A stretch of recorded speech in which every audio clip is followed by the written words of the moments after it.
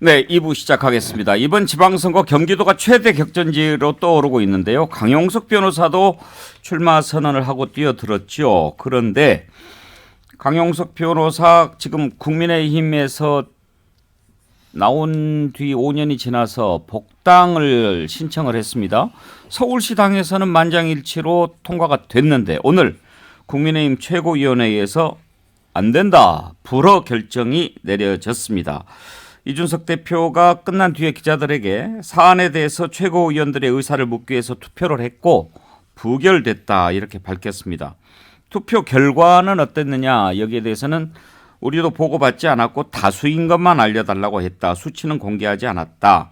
토론도 없었다. 이 사안에 대해서는 이미 최고위원들 각자 입장을 갖고 계실 거라고 생각해서 입장이나 상호 토론하지 않았다. 이렇게 밝혔습니다. 장승철 교수. 네. 안 될 줄 알았습니까?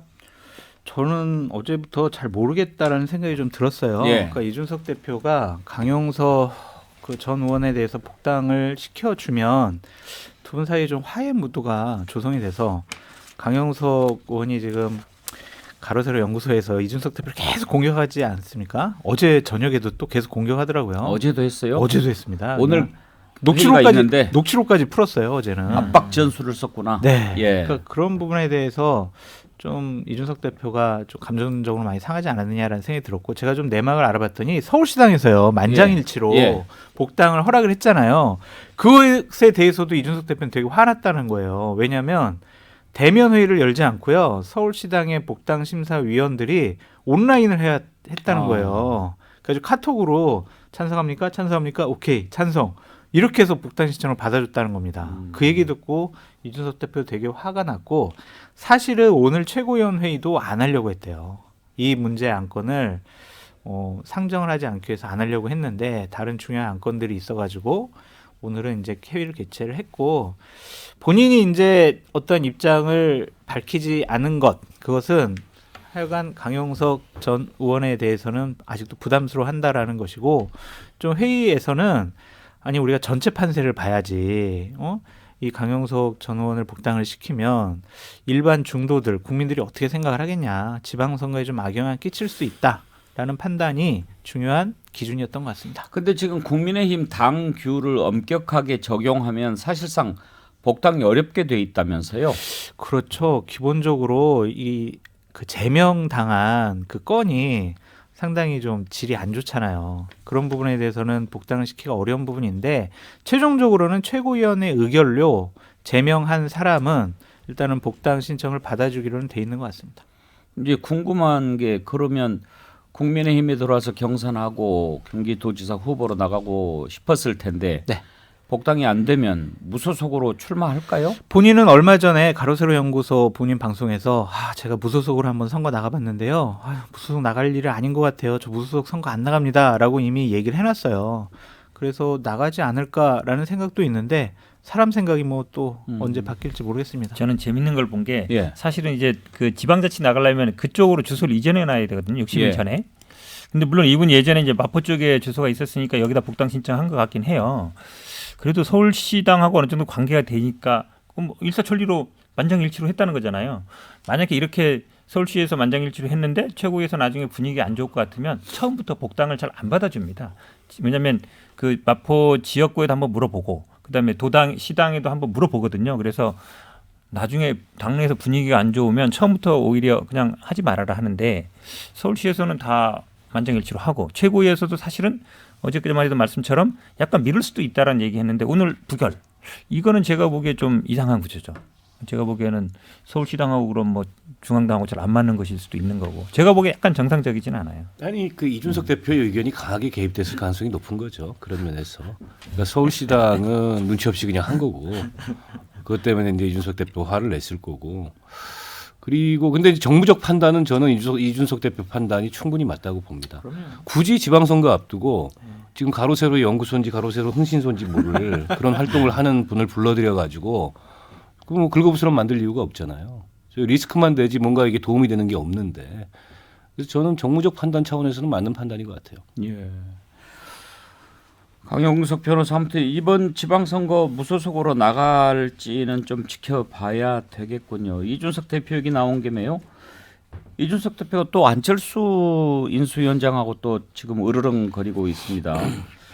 한 편이 됐는데도 이렇게 좀 계속 싸우는 것 같아요. 그러니까 이번 지방선거 선대위원장을 맡았으면 좋겠다라고 얘기를 했죠.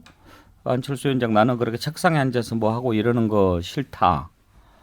그런데 또 거기에다 대고 딱 맞는 자리가 선대위원장밖에 더 있냐? 또 이렇게 나온 거죠. 오늘은 또 선대위원장 뭐 본인이 많이 했냐? 본인 선거만 많이 뛰었지. 또 이렇게 얘기를 합니다. 김경진 의원, 두 분 화해 어려울까요?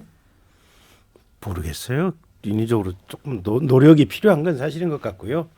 근데 저는 안철수 위원장께서 그냥 선대위원장 맡으셨으면 좋지 않을까 싶어요. 보면 선대위원장 맡아서 지방선거 전국적으로 지원주자도 다니고 여러 가지 활동 함께 하면 사실은 당내에 자연스럽게 접근할 수 있는 계기가 되거든요. 그리고 그 과정을 통해서 사실은 당내에 자신의 입지나 영향력을 넓힐 수 있는 계기도 되기 때문에 사실, 이준석 대표가 사실은 저는 안철수 대표한테 굉장히 좋은 기회를 줬다라고 생각을 하고 있었는데 어떤 연유인지 모르겠지만 안철수 대표가 그건 안 받은 것은 조금 패착이 아닌가 싶고 근데 그렇다고 하더라도 또 이준석 대표가 굳이 거기에 한 말씀을 더 붙일 상황인가 그냥 조금 침묵하셔도 좋았을 텐데. 근데 이런 경우에 사실 장성철 교수 어떤 그 도의적으로나 또 관례상 이런 선대위원장 같으면 지난번에 한번 만났다는 거 아닙니까? 그러면 이번 지방선거에서 좀 선대위원장 맡아주시면 참 큰 도움이 되겠습니다. 뭐 이렇게 얘기를 한다든지 그 다음에 선대위원장 발표를 해야지. 그렇죠. 그런 얘기 하지도 않고 선대위원장은 안철수가 맡으면 좋겠다 이렇게 얘기하는 건 좀 그렇잖아요. 그좀 무례한 거라고 보여집니다. 그러니까 사실은 앵커 말씀이 맞아요.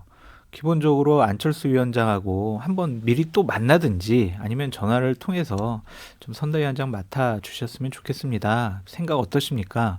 그럼 고민해 보겠습니다라고 하면은 가만히 있으면 되고 안 맡겠습니다라고 하면은 이런 얘기를 공개적으로 할 필요가 없는데 저는 이준석 대표가 너무 모든 사안을 공격적으로 생각하고 승부로 보는 것 같아요. 내가 한 거 무조건 이겨야 돼. 내가 제의했는데 안 받아? 이러면은 계속 모욕 주기를 하는 것 같습니다. 그러니까 이거는 당대표로서 과연 적절한 행위를 하고 있는 것이냐 상당히 좀 우려스럽다라는 생각이 듭니다. 이준석 대표 임기가 언제까지죠?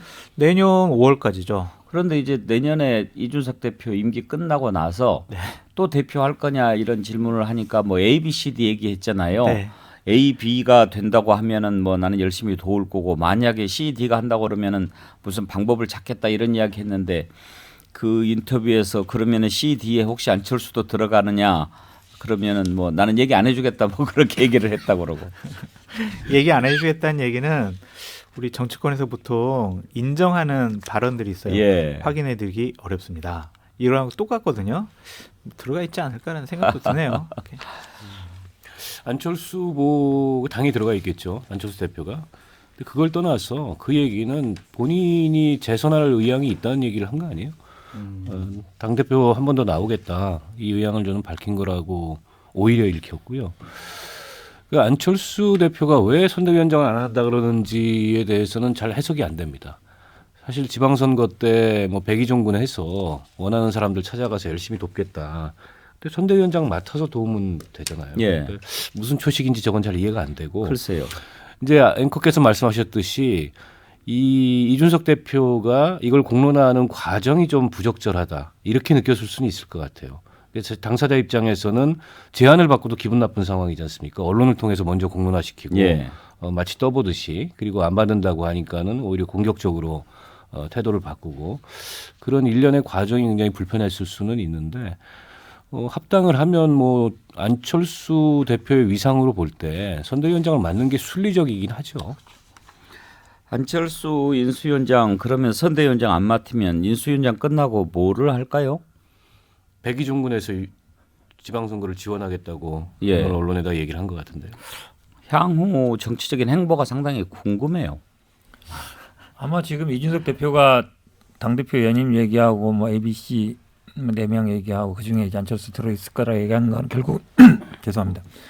당권 같으면 서로 벌써 저는 하고 있는 걸로 보여요. 왜냐하면 재선하는 것도 많지 않고 벌써 얘기할 필요 없거든요. 내년이 남은 일이니까. 결국은 이준석 대표 입장에서는 안철수 지금 인수위원장을 어떤 식으로든지 간에 좀 본인의 경쟁에서 좀 배제하려는 그런 제가 보기 생각인 것 같고 안철수 인수위원장 입장에서도 지금 내각에 안 들어간다 그러면 할게 당대표에서 차기 내년에 이제 그 당대표 되는 분은 그 다음에 총선에 공천권을 가지니까 어쨌든 영향을 발휘할 수 있거든요. 그 예. 힘으로 결국은 다음에 대선에 나가겠다 이런 포석 같으면 뭐 아마 벌써 둘이 당권 경쟁 시작한 거 아닌가. 1년이나 남았는데 벌써 시작한 것 같습니다. 예, 오늘 안철수 위원장이 기자들에게 그렇게 얘기를 했네요. 오히려 백의종군 하는 자세로 제 도움이 필요로 하는 것이 있다면 어디든지 달려가서 열심히 도울 생각이다. 그러니까 타이틀 달지 않고 좀 편하게 이렇게 뭐 돕고 싶은 사람 돕는다 이런 얘기 같은데 글쎄요. 자, 안철수 인수위원장도 상당히 좀 가늠하기 어려운 분이죠. 근데 앵커님 제가 그 안철수 위원장의 생각과 판단이 좀 잘못됐다라고 비판하지 않을 수 없는 게 뭐냐면 본인은 돕고 싶어도 후보들이 안철수 위원장 와서 선거 유세 해주는 게 득표에 이렇게 도움이 안 된다 그러면은요 안철수 위원장이 가서 도와줄게요. 그래도 저희들 오지 마시고요 다른 데 가십시오. 이렇게 거부할 수도 있거든요. 지금 안철수 위원장이 대선 때 단일화를 함으로써 본인을 따랐던 중도층도 좀 잃어버렸고 국민의힘 지지층에서도 강하게 지금 안철수 위원장에 대해서 고마워하거나 지지세를 보내는 게 아닌데 과연 가서 도와주고 유세한다고 후보들에게 도움이 될까? 저는 좀 그것도 회의적입니다. 이번 내각에 안철수 인수위원장 추천한 사람이 몇 명 들어가는 것 같죠? 기본적으로 이태규 의원은 행안부 장관으로 거의 확실시 되는 것 같습니다. 자, 안철수 인수위원장과 이준석 대표 간의 갈등 살펴봤고요. 지금 이제 이재명 상임 고문이죠. 민주당에 보궐선거 출마설이 나오고 있습니다. 이준석 대표가 또 이 얘기를 꺼냈습니다. 아마 분당 을에 나오지 않을까 그렇게 전망한다고 하면서 우리도 저격 투수를 한 명 대기시켜놓고 있다 이렇게 얘기를 했습니다. 구체적으로 누구라고 얘기는 안 했는데 현근택 대변인 보시기에 이재명 고문 이번에 보궐선거 나설 것 같습니까? 저는 안 나올 것 같습니다. 아 그래요? 네, 왜냐하면 1번은 뭐냐면 유은혜 지금 의원이 유승민 의원을 꺾어야 되는데 그럴지 잘 모르고 물론 뭐 윤심이 어디 있는지 모르겠습니다만 좀 늦은 것 같고 그러니까 유승민 의원 물론 이제 그 부분이 있는 것 같아요.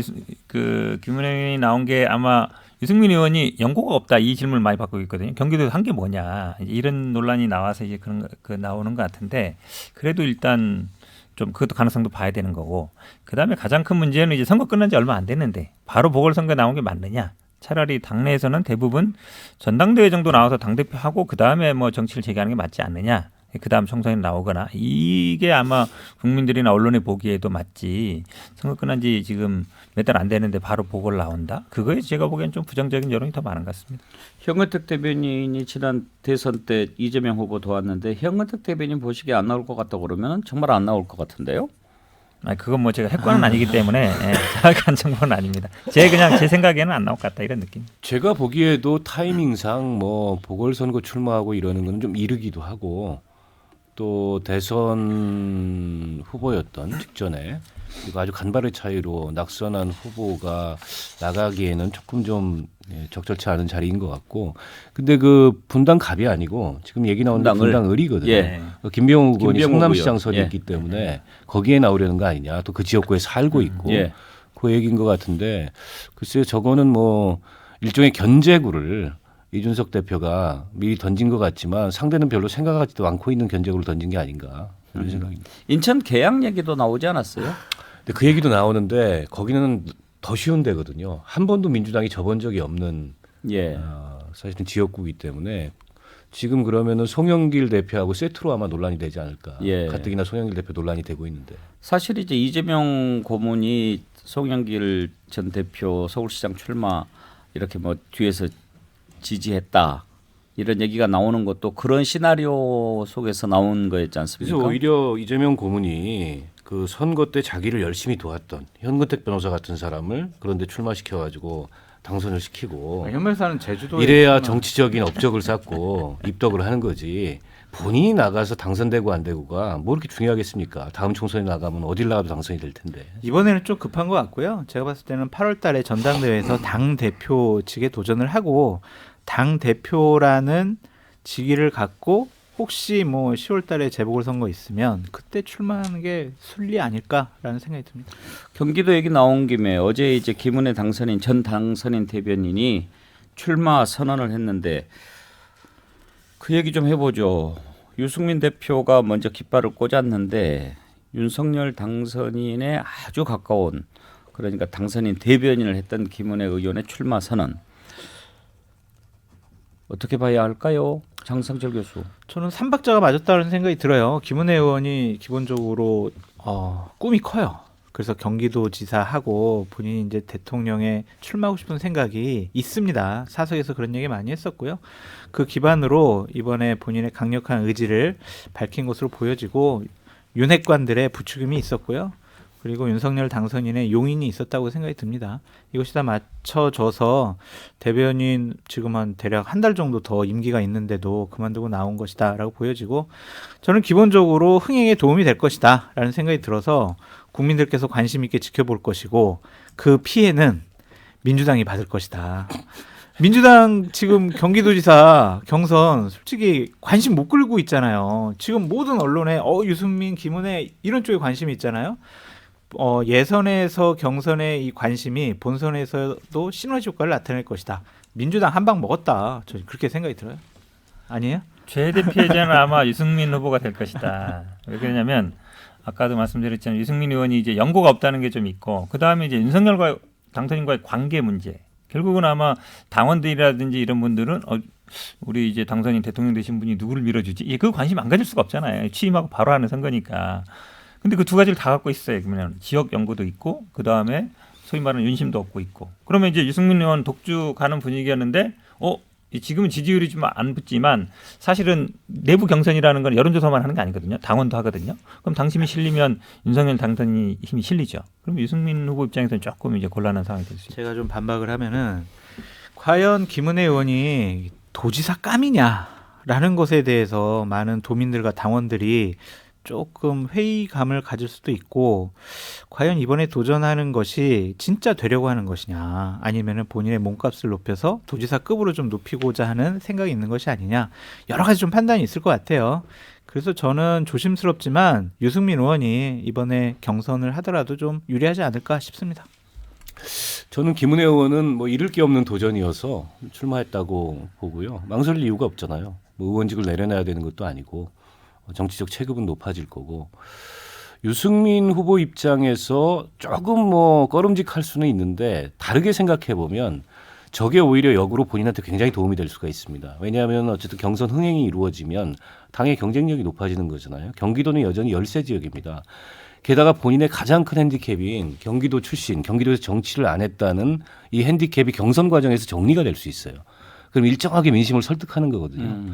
그래서 저는 유승민 의원 입장에서 그렇게 아주 나쁜 상황이 아니다. 오히려 본인이 그냥 독주해가지고 전략공천, 우선공천 받아서 나갔다가 본선에서 민주당 후보로부터 뭐 그 모든 화살을 다 맞는 것보다는 한번 예방주사 맞고 나가는 게 뭐 면역도 생기고 좋잖아요.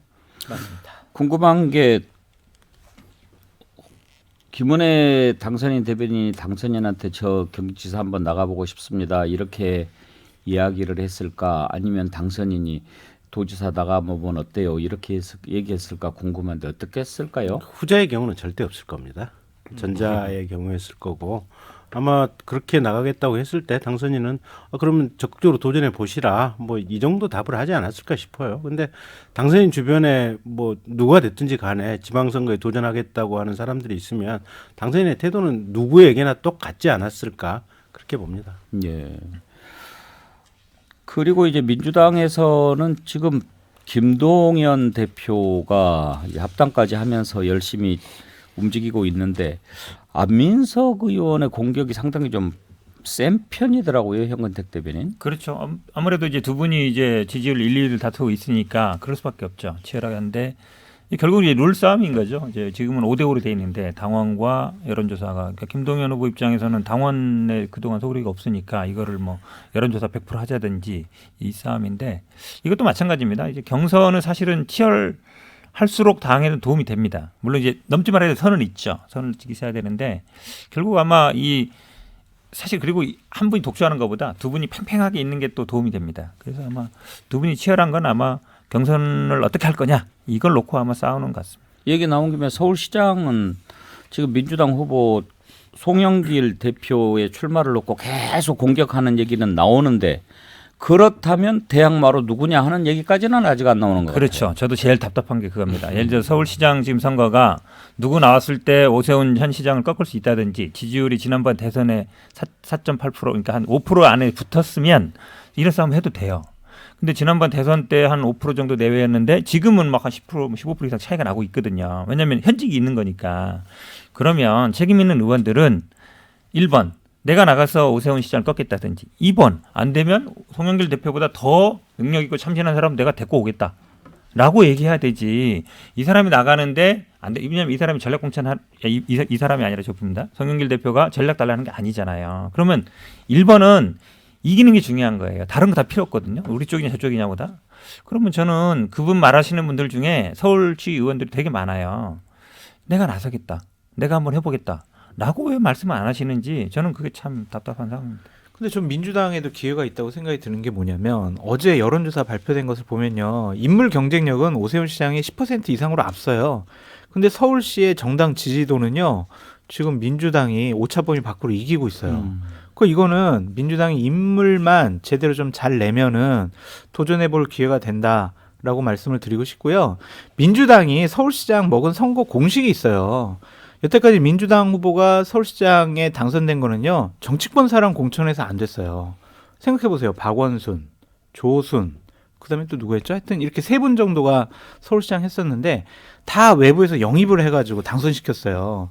그거를 이번에 한번 다시 생각을 해보시라라고 말씀드립니다. 결국은 이제 송영길 대표에 대한 비판은 그런 거죠. 바로 그런 공론도 하고 펼치고 또 연구도 해보고 그럴 기회를 아예 전 대표가 그냥 뺏어가 버렸다는 거 그 지적 아닙니까? 그렇죠. 여러 선택지가 있을 수 있는데 그거를 이제 봉쇄해버린 거 아니냐. 누가 전직 대표하고 나와서 경선을 치르려고 하겠냐 이 비판인 것 같은데 저는 한편으로는 그 비판이 타당하면서도 그렇다면 예를 들어서 박용진 의원이라든지 박주민 의원이라든지 이런 분들이 언론에 나와서 하는 얘기를 들어보면 전부들 좀 너무 간을 보는 거 아닌가. 과감하게 내가 나가서 몸을 던져서 승부를 해보겠다. 그럼으로써 사실은 송영길 대표에 대한 비판이 대안 없이 비판만 한다. 이런 지적을 넘어서야 되는데 아직까지 그런 모습을 보이는 게 내부에서는 없는 것 같아요. 그래요. 이번 지방선거가 좀 뭔가 새로운 변화의 그런 좀 시작이 됐으면 하는 건데 그제 이제 이정현 전 대표 전남지사 출마 선언하고 나서 인터뷰를 했는데 그런 부분에 대해서 평가하는 분들이 꽤 많이 있더라고요. 김경진 의원 광주시장 출마 한번 해보시라는 그런 얘기도 많이 나오죠. 생각은 1도 없습니다. 그리고 이제 더 이상 광주 시민이 아닙니다.